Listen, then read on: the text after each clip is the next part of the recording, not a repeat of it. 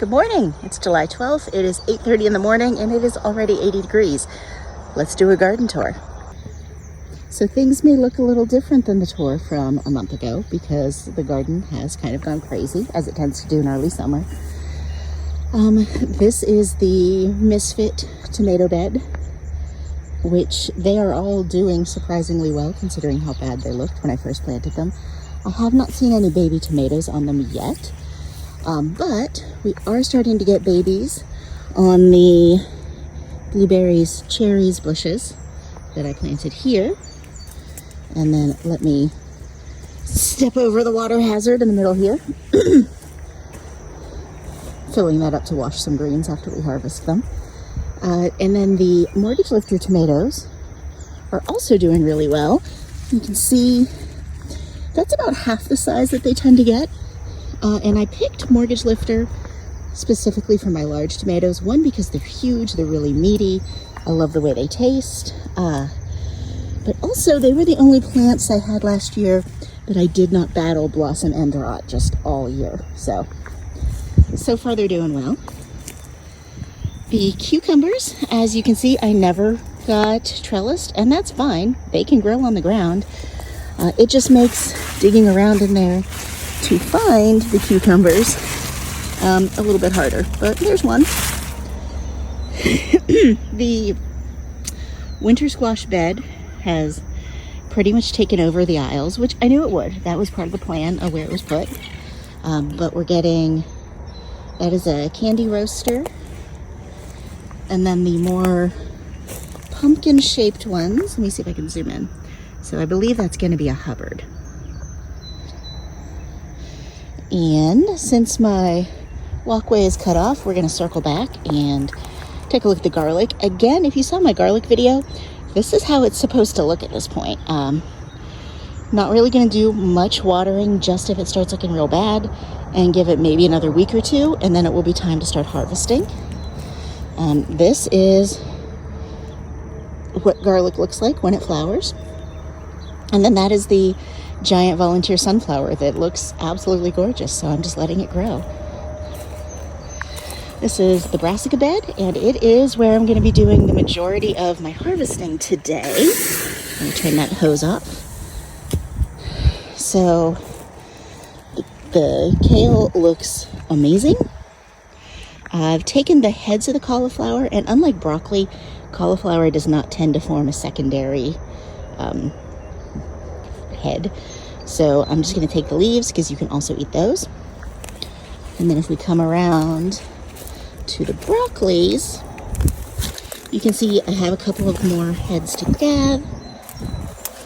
This one is going to seed, but it's been a really good plant, so I may actually just let it go and then collect the seeds. This is an example of broccoli forming those secondary heads. So I'd already taken the big one. And then this is what is coming up around it.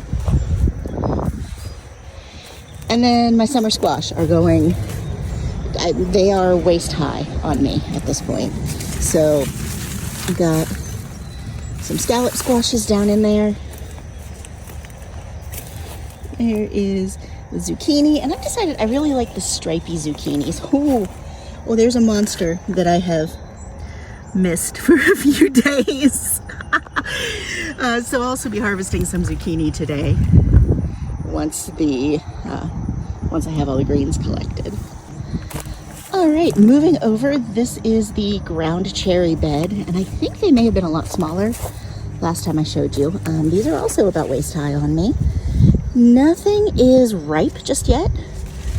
When they are ripe, these little pods will actually fall to the ground, and then you collect them from the ground, hence ground cherry.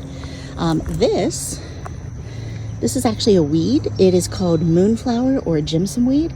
I let it grow because it has really pretty flowers. Now, it is toxic and can be hallucinogenic, so obviously, we don't eat it, but I think it makes a really pretty flower, and I'm just letting it go. You'll see that pop up in a couple of beds. These are the dragon tongue beans, and they are starting to put on some babies. Let me see if I can find any down in here. Not quite yet.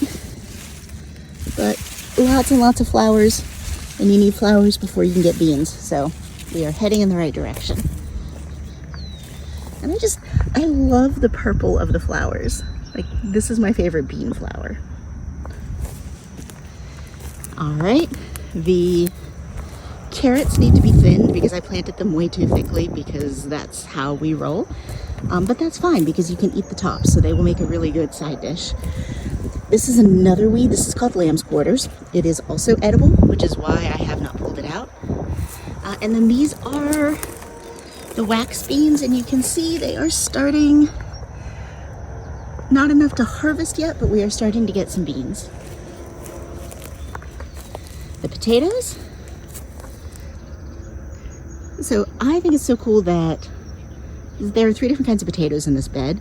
You can still see the differences even at this point. So, and I don't remember which is which. We will find out when we harvest them, but like this one has these really pretty white and yellow flowers.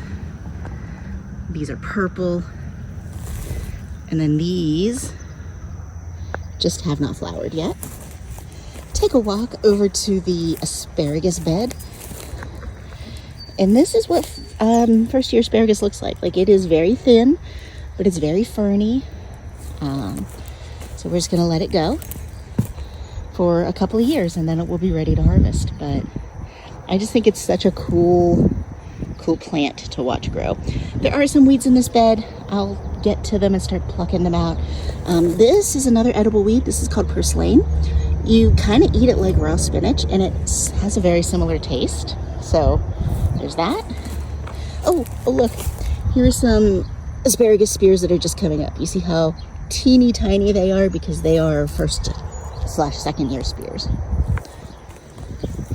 All right. This is the bed that I had not planted yet last time I filmed a video, and I decided to put in popcorn.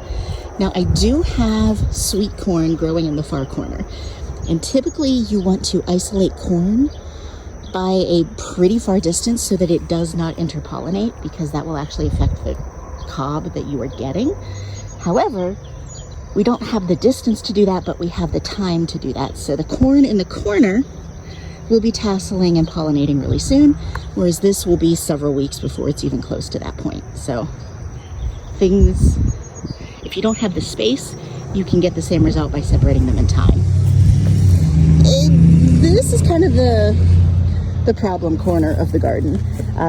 These 2 green stalks in the back aren't really doing anything much. We had like some of the flowers came up, the radishes came up, but then they're just not doing anything. And like this one came up and went directly to seed. I've never had luck growing radishes, so that's something I need to do a little bit more research on, but I have heard that the seed pods are delicious, so maybe we'll try those in a few days when they're bigger. I'm saying that the rhubarb is just dead. I have not seen any rhubarb. I mean, that's another lamb's quarter. There's some weeds that need to be pulled, but we'll figure that one out next year.